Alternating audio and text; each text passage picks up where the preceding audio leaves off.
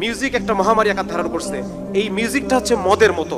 ঠিক যেভাবে এটা দেখেন, আমি যখন মিউজিক নিয়ে পড়াশোনা করি, এরপর ওই সময় দেখি ইবনে তাইমিয়া রাহমাতুল্লাহ আলাইহি বলছেন গান হচ্ছে অন্তরের মদ। সাথে সাথে আমার অন্তর মানে আল্লাহর দিকে রুজু হয়ে গেল, আর আমি চিন্তা করলাম, আল্লাহ আপনি আমাদের পূর্ববর্তী ওলামায়ে কেরামকে কত ফিরাসাত দান করছেন। আজকে পড়তে গিয়ে আমি ঠিকই দেখতেছি যে গান একদম মদ যেভাবে কাজ করে। মদ কিভাবে কাজ করে আপনারা একটু বললে পরে বুঝবেন। আমাদের ব্রেনের মধ্যে একটা অংশ আছে হচ্ছে আবেগ, আরেকটা অংশ আছে বিবেক।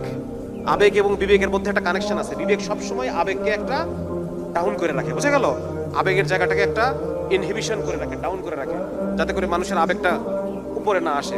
মানে আবেগের মাধ্যমে কাজ যেন আমরা না করি, আমরা যেন বিবেকের মাধ্যমে কাজ করি। এই সিস্টেম আমাদের বডির মধ্যে আল্লাহ দিয়ে দিয়েছেন। মদ এই আবেগ আর বিবেকের যে কানেকশন, এই কানেকশনটাকে কেটে দেয়, বুঝছেন? ওই কানেকশনটা যখন কাজ হয়ে কেটে গেল, তখন মানুষ কি করবে? এলোমেলো কাজকর্ম করে, টলমাটাল করে চলাফেরা করে, কোনো কিছুর উপর কোনো কিছু কন্ট্রোল থাকে না। হ্যাঁ, এই জিনিসটা তখন ঘটে যায়। তো এখানে মদ, বিজ্ঞানীরা গবেষণা করে দেখছেন একইভাবে যে ব্যক্তি গান শুনে, ওই গান শোনা মানুষটারও আবেগ এবং বিবেকের মধ্যে কানেকশনটা সাময়িক সময়ের জন্য বন্ধ হয়ে যায়। গানের মধ্য দিয়ে যদি আপনি কোনো খারাপ বার্তা তাকে পৌঁছাতে চান, তাহলে পরে সে সেটাকে সহজে গ্রহণ করে নেবে, কোনো যাচাই বাছাই ছাড়া, প্রশ্ন করা ছাড়া।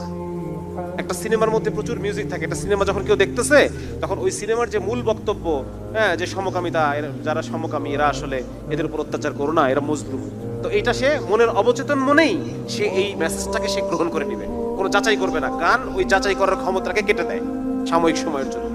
তাহলে একটু আগে যে আমি আপনাদেরকে বললাম যে আমাদেরকে এই সারা পৃথিবীর 700 বিলিয়ন মানুষ, 700 কোটি মানুষকে তারা এক গ্লাস মদের মধ্যে চুবাই রেখে দিছে। এখন এই কথাটার বাস্তবতা বোঝা যাচ্ছে তো?